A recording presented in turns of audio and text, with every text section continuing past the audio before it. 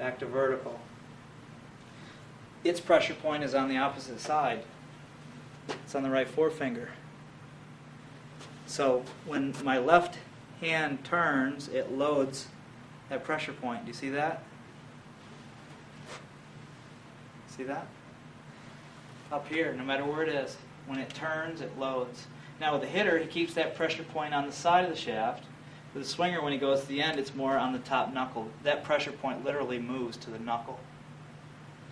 Okay? It literally moves, not because of any actual turning of anything, just because of loading direction.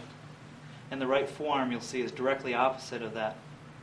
Wherever that pressure point is, the right forearm is opposite of that. The first accumulator, the second. The third is just that left arm wedge turning and rolling back to vertical. Never roll past vertical during the impact interval, because that vertical wrist is what you want to hold through the hinge action. See, Elliott would come uncock, swivel, and continue swiveling.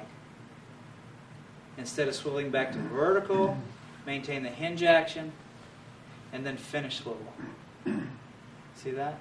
He was just going launch angle very low, very erratic ball flight. Don't execute impact as a swivel. Swivel into impact, then hinge. Okay? Now, the fourth accumulator, its inline relationship is a 90-degree angle to the shoulder. You see that? When the left arm works up and back across the chest, it becomes a 45-degree angle. You see that? Isn't that pretty cool? And with the pivot thrust, it loads. When you start down, you load these pressure points during start down. See how it loaded that pressure point? When I had that little move from the feet, that little move from the hips, the little move from the shoulders, it loaded the pressure point. So that the shoulders throw the arm off. When the shoulder acceleration subsides, it throws the left arm. It doesn't throw it away, it just throws it off the chest. And it's seeking its inline condition. And I'll have people hit chip shots where they only return to 90 degrees, not past, because that would be over acceleration of the hands and the left arm. So what's amazing to people, they don't understand that the arm motion only really goes to there. The rest is pivot motion. I think Tommy used to talk about it's just down and out, and the rest of the forward comes from pivot. Okay, that was one of the good things he said. All right, now these accumulators, you can use any combination of them. You can use one by itself. You can do 1 and 2. You can do 1, 2, and 3. Or you can do all 4, which is a 4-barrel hit. Okay? Anytime you use the pivot, which one are you going to be using? Now, where's the pressure point for here?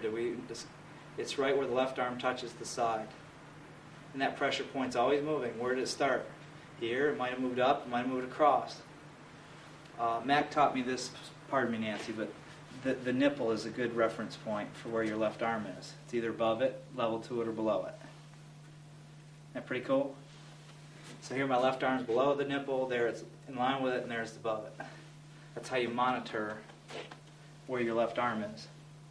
Slowly release simultaneously. Maximum overlap, right? They simultaneously release. Simultaneously release, full sweep. Yeah, they all sweep. They all release. All right, at release, there's a trigger. I'm going to do a swinger's trigger. The left wrist starts to uncock, to level. Now a level wrist swivels into impact, and then I go to full extension by uncocking down. So left wrist went from cocked to level to uncocked. That would be full extension of the lever. A hitter in the takeaway doesn't have a startup swivel. See how that third accumulator turned, Sam? It just stays like this. See that? Here's Sammy's takeaway. So what angle do you need to work on? See that?